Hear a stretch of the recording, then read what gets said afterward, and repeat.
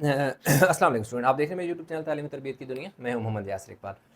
Student, हमारे पास जो question number है आ गया जी 8। क्वेश्चन नंबर 8 की अगर हम बात करें तो क्वेश्चन नंबर 8 में कह रहा है the net force F newtons needed to push a block along a horizontal surface is directly proportional to the mass m kg of the block when m is equal to 5 and f is equal to 49। मैं simple सी आपको एक बात बता रहा हूँ, बता देता हूँ कि एफ कह रहा है कि डायरेक्टली प्रोपोर्शनल है किसके, मैस एम और साथ के जी लगा रहे हैं, तो जस्ट यूनिट है, लगाएं या ना लगाएं। अब वो कह रहा है कि भाई एक नेट फोर्स एम लग रही है to push a block against a horizontal surface, कि भाई एक हॉरिजॉन्टल सरफेस है, जैसे आपका नीचे फर्श है या कोई टेबल है, उस पर कोई चीज़ पड़ी हुई है, तो उसको क्या किया जा रहा है कि यूं फर्ज किया कि धकेला जा रहा है, ठीक है। तो उस पर एक नेट फोर्स लगा रही है। नेट फोर्स से मुराद है कि टोटल फोर्स लगा रही है, कभी ज़्यादा लगा रही है जा रही होती है, कभी कम, या दो से ज़्यादा बंदे, एक या एक से ज़्यादा बंदे लगा रहे हैं, तो टोटल लोगों की फोर्स जो है वो that is the net force,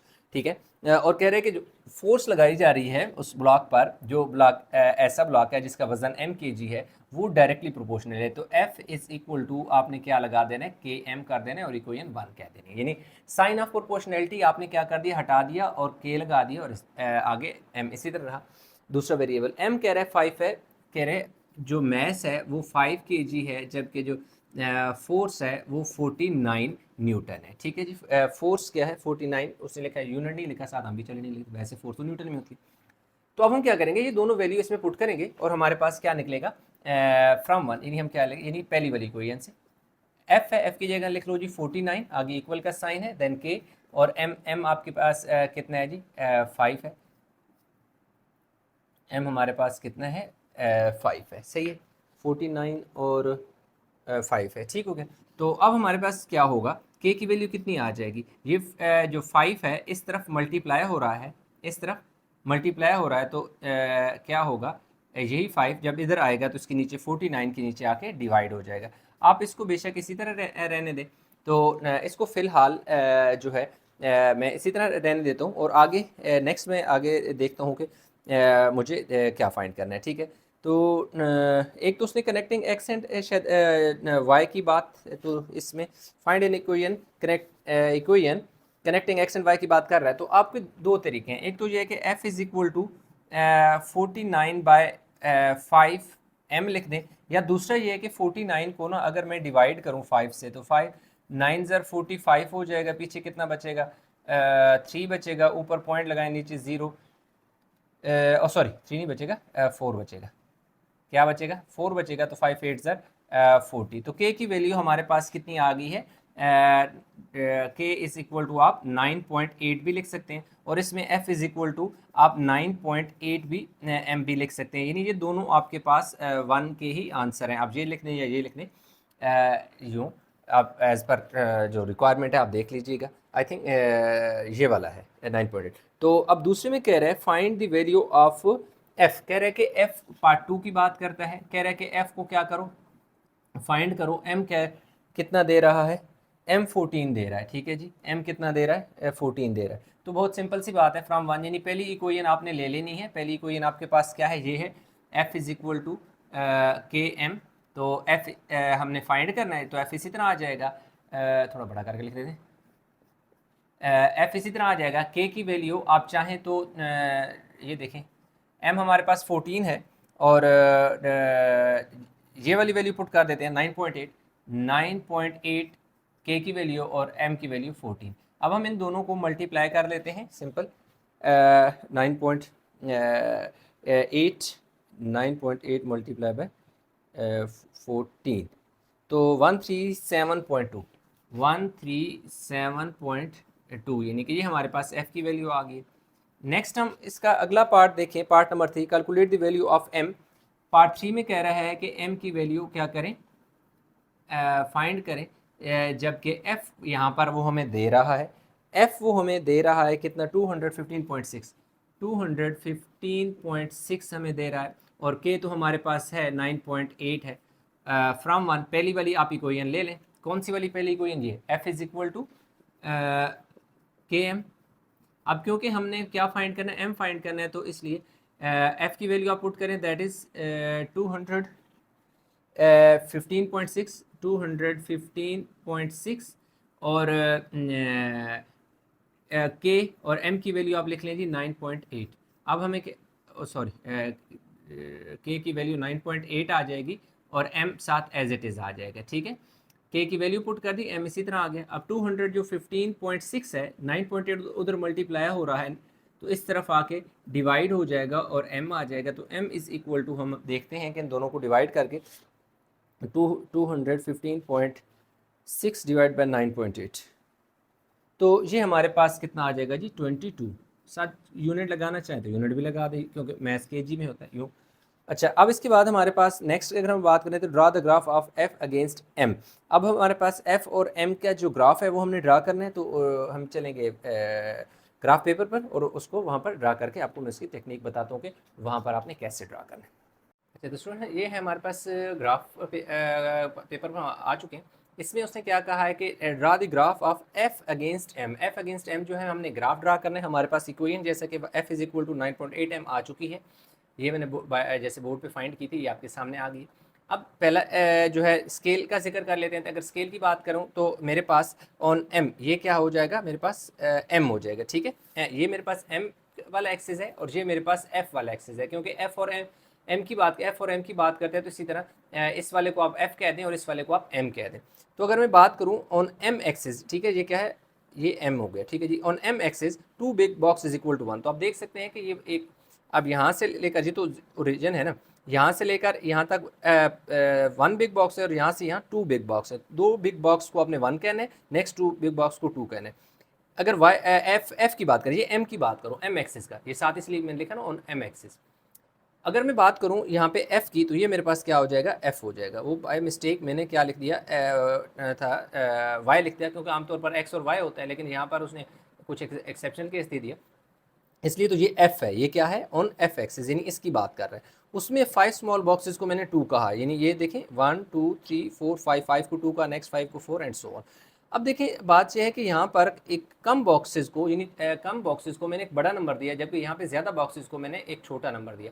उसकी रीज़न ये है कि देखें, अगर मैं ये वाला एक्सिस की वैल्यू छोटी रखूँगा ना, तो इसका जो अगेंस्ट एफ़ की वैल्यू आएगी, यानी एम की वैल्यू बेशक छोटी होगी, लेकिन एफ़ की वैल्यू बड़ी हमारे पास आएगी। कैसे, अगर आप देखें कि यहाँ पे मैं 1 पुट करता हूँ, अगर यहाँ पे 1 पुट करता हूँ तो 9.8 आती है एफ की, इतनी बड़ी वैल्यू आ जाती है। इसलिए मैं अगर इधर कहीं इनको 1 कहता तो ये बिल्कुल इसके साथ बीच में यूं लाइन बन जाती, बहुत बुरा लगता ग्राफ। तो इसलिए मैंने इस तरह का ग्राफ वैल्यू रखी जिससे मेरा ग्राफ सामने वाज़ेह, क्लियर और ज़रा खूबसूरत लगे, ठीक है। तो इसलिए मुझे नज़र आ रहा है कि मैं अगर एम की वैल्यू 1 रखता हूँ तो 9.8 जब 1 से मल्टीप्लाई होगा तो f की वैल्यू 9.8 आ जाएगी। तो इसलिए मेरे पास जो है ये ज़्यादा बड़े नंबर को, बड़े ज़्यादा बॉक्सेस को छोटा नंबर देने की ये लॉजिक है, और इस तरफ कम जो छोटे नंबर बॉक्सेस हैं, कम तादाद में बॉक्स हैं, उनको बड़ा नंबर देने का ये लॉजिक था। दोनों में ये आपको बता दिया। अब देखिए हमारे पास पहला जो है, अगर मैं m 0 पुट करूँगा, यहाँ 0 पुट करूँगा तो 9.8 0 से मल्टीप्लाई होगा तो f भी 0 हो जाएगा, यानी m इज इक्वल टू 0 तो f इज इक्वल टू 0। तो पहला पॉइंट मेरा इसी जगह बनेगा, 0 और 0 हो गया। नेक्स्ट पॉइंट की अगर मैं बात करूँ स्टूडेंट, तो मेरे पास अगर मैं m की वैल्यू 1 लिखता हूँ, यहाँ पे 1 पुट करता हूँ तो 9.8 जब 1 से मल्टीप्लाई होगा तो f की वैल्यू 9.8 आ जाएगी, यानी m इज इक्वल टू 1 तो f इज इक्वल टू 9.8। तो 1 है तो दूसरा हमारे पास 9.8 आ जाता है। अब बड़ी बात है समझने वाली कि 9.8 हम निकालेंगे कैसे। अब देखें हमारे पास 1 2 3 4 5 बॉक्सेस हैं, ठीक है, और बीच में 5 बॉक्सेस हैं, तो इसमें का मतलब ये हुआ कि 1 2 3 ढाई बॉक्सेस क्या हो जाएंगे, 9 हो जाएंगे। ढाई बॉक्सेस कितने हो जाएंगे, 9 हो जाएंगे। लेकिन 9.8 जो है वो असल में ये यहाँ पे बनेगा, वेरी क्लोज टू 10। 9.8 मतलब जो 10 वाला बॉक्स है उसके बिल्कुल करीब बनेगा। तो आपने सिंपल, इधर मैं स्केल रखता हूँ यहाँ 1 के ऊपर, और ये आप, बल्कि ये तो बड़ी लाइन है ना, इधर मुझे स्केल नहीं, मैं इस तरफ स्केल रख लेता हूँ। ये 10 वाली लाइन है ना, ये वाली 10 वाली, ये 10 वाली लाइन है। तो इस 10 वाली लाइन्स से नीचे वाला जो बॉक्स है ना वो हाफ है, ये देखें। तो ये मेरा पॉइंट बन गया स्टूडेंट, ये वाला सही है। और ये कौन सा पॉइंट है, 1 है और 9.8 है। आपने सिंपल ये क्या करना है, इन दोनों को यहाँ पे रखा जी स्केल और इधर से इस तरफ स्केल रखा और इधर यहाँ रखा और इसको ऐसे आपने एक लाइन ड्रा कर लेनी है और इसके ऊपर आपने इक्वेशन लिख देनी है Y F is equal to 9.8 M, यही वाली इक्वेशन जो जहाँ पे। तो यूँ हमारे पास ग्राफ जो है ये कंप्लीट हो गया, जो कि क्वेश्चन नंबर 8 का था। स्टूडेंट क्वेश्चन नंबर हमारे पास है जी 9 में कह रहा है pressure P pascals of a gas is in a container is directly proportional to its temperature T kelvin when T is equal to 10 and P is equal to 25। अब कह रहा है कि प्रेशर जो है और जो टेम्परेचर है they are directly proportional to each other, मतलब प्रेशर बढ़ाएंगे टेम्परेचर बढ़ेगा, प्रेशर कम करेंगे टेम्परेचर कम होगा। अब कह रहे हैं कि हमने क्या किया, साइन ऑफ प्रोपोर्शनलिटी हटा के के लगा दिया और टी इसी तरह रहा, इसको इक्वेशन 1 कह दिया। अब पी उसने हमें 25 दे दिया, टी 10 दे दिया। तो लाजमी बात है क्योंकि इस इक्वेशन में दो वेरिएबल हैं तो दोनों की वैल्यू दे दी। इन दो वेरिएबल की वैल्यू जब यहाँ पे हम पुट करेंगे तो हमारे पास कांस्टेंट आ जाएगा। फिर फर्दर वो क्या कहते हैं हम बाद में देखते हैं, पहले वैल्यू पुट करें फ्रॉम 1, यानी पहली वाली इक्वेशन हम क्या कह रहे हैं ले रहे हैं, पी की जगह आप क्या पुट करें जी 25 के, इसी तरह टी की जगह क्या पुट करें 10। अब वो 10 इधर जब आके डिवाइड होगा क्योंकि उस साइड पे मल्टीप्लाई हो रहा है तो हमारे पास के की वैल्यू कितनी आ जाएगी 2.5 आ जाएगी। अब वो पहली बात करता है कनेक्टिंग एक्स एंड वाई, यानी इक्वेशन हमने निकालनी है, find an equation connecting P and sorry T. इसी में हमारे पास क्या आ जाएगा, P इज इक्वल टू के की जगह 2.5 और T इसी तरह आ जाएगा। तो हमारे पास पहला आंसर इस तरीके से आ जाएगा। नेक्स्ट अगर हम बात करें पार्ट 2 की, तो पार्ट 2 में वो क्या कर रहा है, पार्ट 2 में स्टूडेंट वो कह रहा है कि find the value of P T 24, कह रहा है कि पी क्या करो फाइंड करो और टी कह रहा है कि मैं आपको 24 दे रहा हूँ, यही बात है 24 यस। और के की वैल्यू हमारे पास कितनी है जी 2.5 है। फ्रॉम 1 यानी पहली वाली इक्वेशन आप ले लें, तो हमारे पास क्या पी इज इक्वल टू के टी है, ए टी है सही। अब P की वैल्यू हमारे पास क्या है फाइंड करनी है, P इसी तरह आ जाएगा, के हमारे पास कितना है 2.5 है, टी हमारे पास कितना है 24 है। तो अब हम इन दोनों को 2.5 और 24 को क्या करते हैं जी मल्टीप्लाई करते हैं 60, तो हमारे पास कितना आ जाएगा जी 60। तो यूँ हमारे पास पार्ट 2 हो गए। नेक्स्ट हम मूव करते हैं जी पार्ट 3 की तरफ। अगर हम पार्ट 3 की बात करें तो पार्ट 3 में वो कह रहा है calculate the value of M, कह रहा है एम की वैल्यू क्या करो, ओ सॉरी ये तो पिछला क्वेश्चन है, calculate the value of T, कह रहा है कि टी की वैल्यू क्या करो फाइंड करो। पी की वैल्यू उसने हमें कितनी दे दी है, पी की वैल्यू उसने हमें 12 दे दी है, ठीक हो गया। और के की वैल्यू हमारे पास 2.5 है। फ्रॉम 1 वही काम, यानी पहली वाली इक्वेशन हम लेंगे, पहली इक्वेशन हमारे पास क्या है पी इज इक्वल टू के और टी है, पी हम हमारे पास 12 है, के हमारे पास 2.5 है और टी हमने फाइंड करना है। तो 12, अब ये 2.5 उधर डिवाइड मल्टीप्लाई हो रहा है तो 2.5 इस तरफ आके डिवाइड हो जाएगा। तो यूँ हमारे पास टी की वैल्यू स्टूडेंट आ जाएगी 12 डिवाइड बाय 2.5 दैट इज़ 4.8। कितना आ गया जी 4.8 आ गया। तो यूँ हमारे पास क्या हो गया, इसकी भी वैल्यू आ गई है, पार्ट 3 भी हो गया। अगर हम बात करें पार्ट 4 की इसी के क्वेश्चन की, तो कह रहे हैं draw the graph of P against T, के पी और जो टी है इनका ग्राफ ड्रा करें, डायरेक्टली प्रोपोर्शनल है तो बहुत आसान सा ग्राफ बनेगा, लेकिन जो कुछ भी होगा हमें ग्राफ पेपर पर करना होगा, इसलिए हम चलते हैं ग्राफ पेपर पर और उसको वहाँ पे सॉल्व करते हैं। अच्छा, तो स्टूडेंट जो क्वेश्चन नंबर 9 है उसका जो ग्राफ है वो कह रहा है draw the graph of P against T, P और टी की बात करता है। तो हमारे पास ऑन टी एक्सिस, यानी ये वाला जो एक्सिस है इसमें मैंने क्या किया है कि जो 2 बिग बॉक्सेस है ना उनको मैंने क्या कहा है 2 कहा है, यानी 1 बिग आप जो भी कह सकते हैं 1 big box is equal to 1 आप कह सकते थे, ठीक है 1 big box is equal to 1 भी कह सकते हैं, 1 बिग बॉक्स इक्वल टू 1 भी कह सकते हैं। ऑन पी ये हमारे पास क्या हो जाएगा पी हो जाएगा, क्योंकि वाई तो नहीं है, ये वाई एक्सिस पर हमने पी एक्सिस किया ड्रा किया हुआ है, क्योंकि उसने हमें पी अगेंस्ट टी कहा है, इसलिए वाई एक्सिस को हमने पी कहा है। तो इसमें 5 स्मॉल बॉक्सेस को मैंने 1 कहा है, ये देख सकते हैं 1 2 3 4 5 को मैंने क्या कहा है 1 कहा है। इक्वेशन हमारे पास देखें क्या है जी p इज इक्वल टू 2.5 है, p इज इक्वल टू 2.5 है, तो when t is equal to 0, अगर t 0 होगा तो 2.5 या 0 से मल्टीप्लाई होगा तो p भी 0 हो जाएगा। तो पहला जो हमारे पास है पॉइंट ये बनेगा 0 और 0 बन गया। दूसरी आगे बात करें तो t इज इक्वल टू, अगर मैं 2 पुट करूँगा when t is equal to 2, p P is equal to 5 आ जाएगा, ठीक है। अब देखें 2 मैंने जब पुट किया तो 2 का डबल कितना हो जाएगा, 2.5 और 2.5 कितना हो जाएगा, 5 हो जाएगा। यानी यहाँ पे T की जगह अगर मैं 2 मल्टीप्लाई करूँ 2.5 से तो P 5 आ जाएगा। तो दूसरा पॉइंट मेरे पास ये देखें 2 P की वैल्यू T की वैल्यू, ये क्योंकि ये वाला T एक्सिस है तो इसमें मेरे पास ये 2 है और जो P होगा वो 5 होगा। तो बिल्कुल 5 ये देख सकते हैं, ये जो 5 वाला है ना ये मेरे पास 5 वाला बिल्कुल आपने क्या करना है कि इसके सामने ये जो लाइन है इसको बड़ा गौर से देखना है और ये देखें ये वाले पॉइंट आएगा मेरे पास जो कि ये वाला x पहले लिखते होते हैं, ये वाले की वैल्यू पहले लिखते हैं और इसकी वैल्यू बाद में लिखते हैं 5। तो यूँ मेरे पास 2 और 5। अब आपने सिंपल इनको ज्वाइन करना है तो आपका ग्राफ जो है वो कंप्लीट होगा।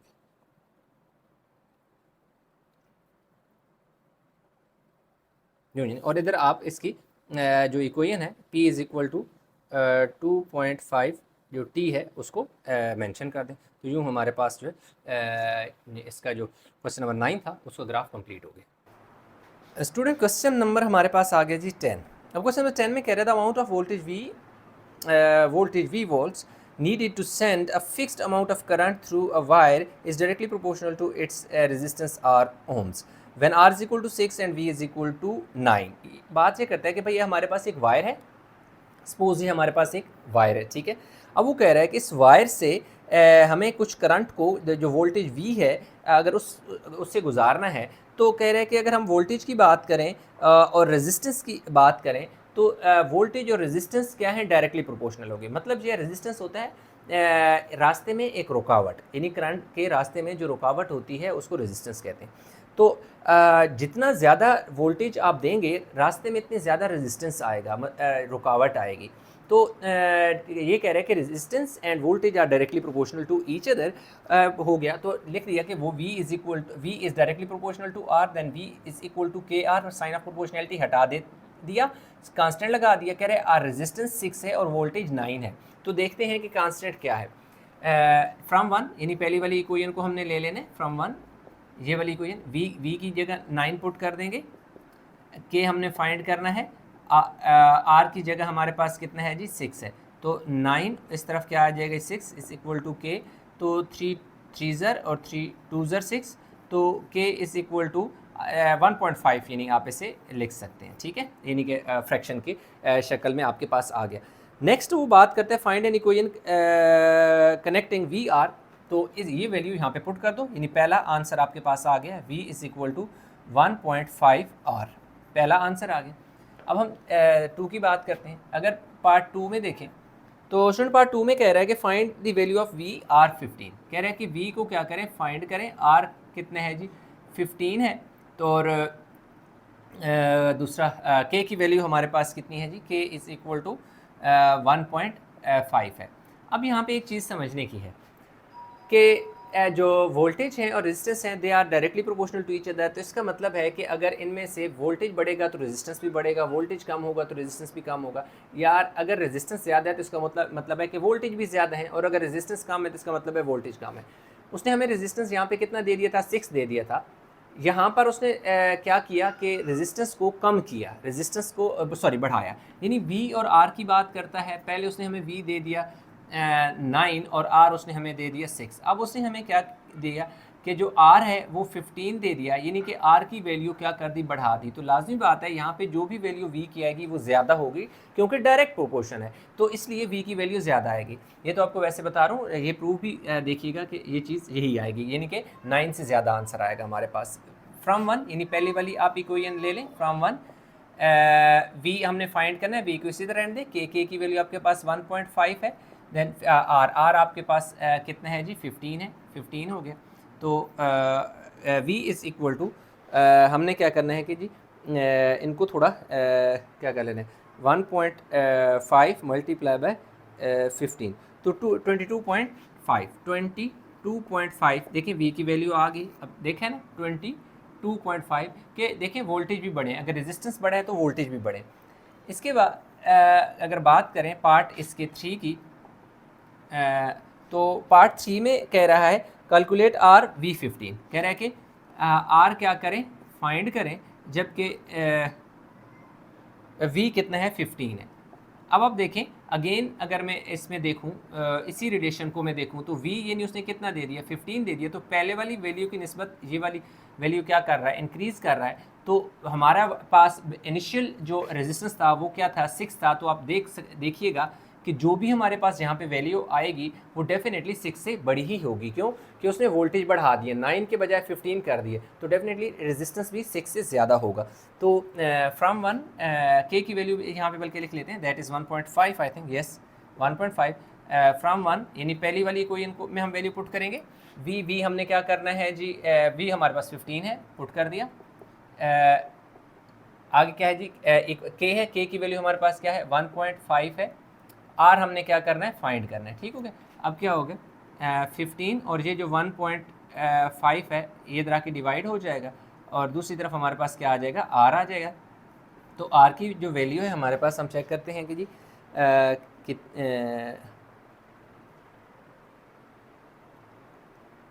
10 हमारे पास आर की वैल्यू कितनी आ गई है, 10। यूँ हमारे पास क्या हो गया आर। अब देख सकते हैं कि आर जो है 6 से कहाँ चला गया, 10। मतलब अगर वोल्टेज बढ़ाएं 9 से 15 किए तो रेजिस्टेंस 6 से 10 हो जाएगा। तो रेजिस्टेंस भी क्या होगा, इसी के साथ हमारे पास इंक्रीज़ होगा। फिर वो draw the graph of V against R की बात करता है। तो हम ऐसा है कि उसका जो ग्राफ है वो हम जाके ग्राफ पेपर पर ड्रा करते हैं। अच्छा, तो स्टूडेंट क्वेश्चन नंबर जो 10 है उसका ग्राफ उसने क्या कहा है, draw the graph of V against R. V को आर के अगेंस्ट ड्रा करना है, तो इसलिए ये वाला जो है ये वी होगा, ये वी एक्सिस होगा और ये वाला जो होगा वो आर एक्सिस होगा। अब इसका स्केल को डिस्कस कर लेते हैं। तो ऑन आर एक्सिस यानी इस एक्सिस की मैं बात कर रहा हूँ। इसमें क्या करना है कि वन बिग बॉक्स को मैंने 1 कहा है, यानी कि इस तरफ अगर मैं देखूँ तो वन बिग बॉक्स को 1 कहा है, यानी 10 small box is equal to 1 भी आप लिख सकते हैं। और अगर मैं इसकी बात करूं तो इसमें मैंने क्या कहा है कि on V axis 5 small boxes is equal to 1, यानी कि आप एक देख सकते हैं 1 2 3 4 5 स्मॉल बॉक्सेस को मैंने 1 कहा हुआ है। तो ये तो मेरा स्केल हो गया जो कि आपने यहाँ पे लाजमी लिखना होता है, मेंशन करना होता है। अब हम इक्वेशन देखते हैं, जैसे कि हम इक्वेशन निकाल चुके हैं, v is equal to 1.5 R, 1.5 के की वैल्यू है, ये बोर्ड पे मैं आपको एक्सप्लेन कर चुका हूँ। अब हमारे पास पहली बात कि when r is equal to 0 तो v इज इक्वल टू भी 0 होगा। यानी कि अगर r, ये देखो ना 1.5 r है, इस r की जगह मैं 0 रखूँ तो 1.5 0 से मल्टीप्लाई होगा तो v भी 0 आ जाएगा। तो पहला जो मेरा पॉइंट होगा वो 0 0 ये वाला यहाँ पे बनेगा। दूसरे पॉइंट की मैं बात करूँ कि अगर मैं यहाँ पर r की जगह मेंशन मैंने किया हो कि when r is equal to 2, जब मैं r को 2 रखूँगा तो 1.5 जब 2 से मल्टीप्लाई होगा तो 1.5 किसकी इक्वल हो जाएगा 3। तो इसका मतलब ये है कि मेरे पास ये 2 वैल्यू में रखूँगा अगर, तो मेरे पास जो v होगा वो 3 होगा। तो ये देख सकते हैं कि ये वाली लाइन बिल्कुल आगे आ रही है ये इस जगह। ठीक है, आप देख सकते हैं कि ये 2 के बिल्कुल ऊपर और 3 के बिल्कुल सामने ये वाला पॉइंट, और इधर मैं लिखूँगा 2 और 3, यानी ये वाला जो एक्सिस होता है, जो एक्स एक्सिस पे जो आपने एक्स एक्सिस को आर का नाम दिया हुआ है ना, क्योंकि उसने हमें क्या कहा है कि v अगेंस्ट आर ग्राफ को ड्रा कर रहे हैं, तो इसलिए इसको हमने आर कहा है और इसको हमने v कहा। तो अब आपने इन दोनों को ज्वाइन कर देना है, इन दोनों पॉइंट को